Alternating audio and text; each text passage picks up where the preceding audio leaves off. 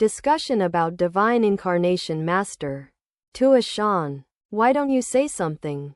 Pointing to the doctor. He does not believe that God can incarnate himself in a human form. Ashan. What shall I say, sir? I don't like to argue anymore. Master. Sharply. Why? Won't you say the right thing? Ashan. To the doctor. Our faith is shallow on account of our pride. It is said in the Ramayana that a crow named Bhushandi did not at first accept Rama as an incarnation of God. Once it incurred Rama's displeasure. It traveled through the different worlds, the lunar, solar, and so forth, and through Mount Kailas, to escape Rama's wrath, but it found that it could not escape. Then it surrendered itself to him and took refuge at his feet. Rama took the crow in his hand and swallowed it. Thereupon the crow found that it was seated in its own nest in a tree.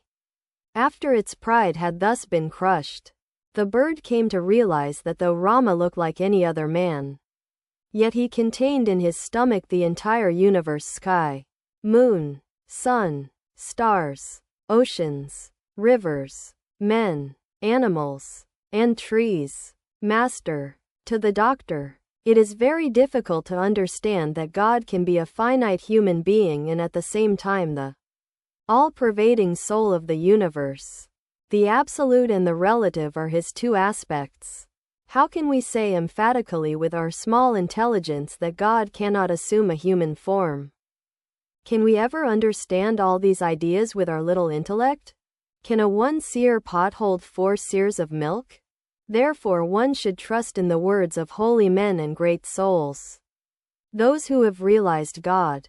They constantly think of God. As a lawyer of his lawsuits. Do you believe the story of the crow Bhushandi?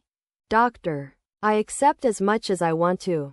All difficulties come to an end if only God reveals his true nature to the seeker. Then there can be no confusion. How can I accept Rama as an incarnation of God? Take the example of his killing Valley.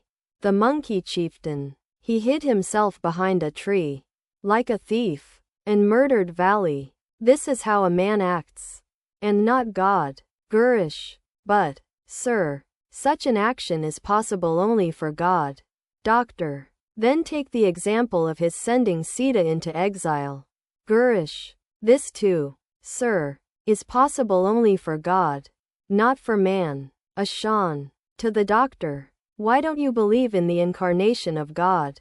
Just now you said that God has form since he has created all these forms.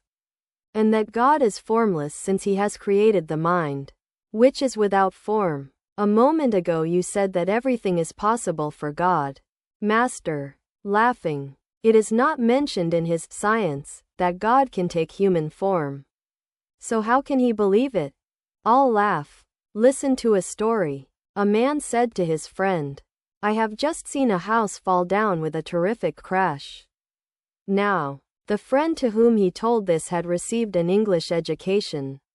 He said, just a minute, let me look it up in the newspaper.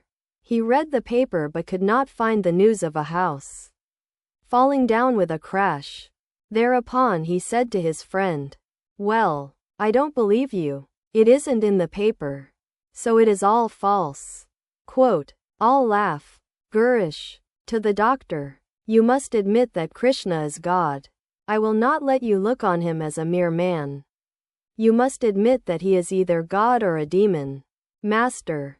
Unless a man is guileless, he cannot so easily have faith in God. God is far, far away from the mind steeped in worldliness. Worldly intelligence creates many doubts and many forms of pride of learning, wealth, and the rest, pointing to the doctor. But he is guileless. How guileless Kashab Sen was.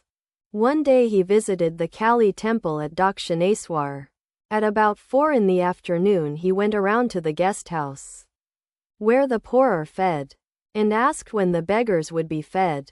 He didn't know that it was too late in the day for the feeding of the poor. As a man's faith increases, so does his knowledge of God. The cow that discriminates too much about food gives milk in driblets.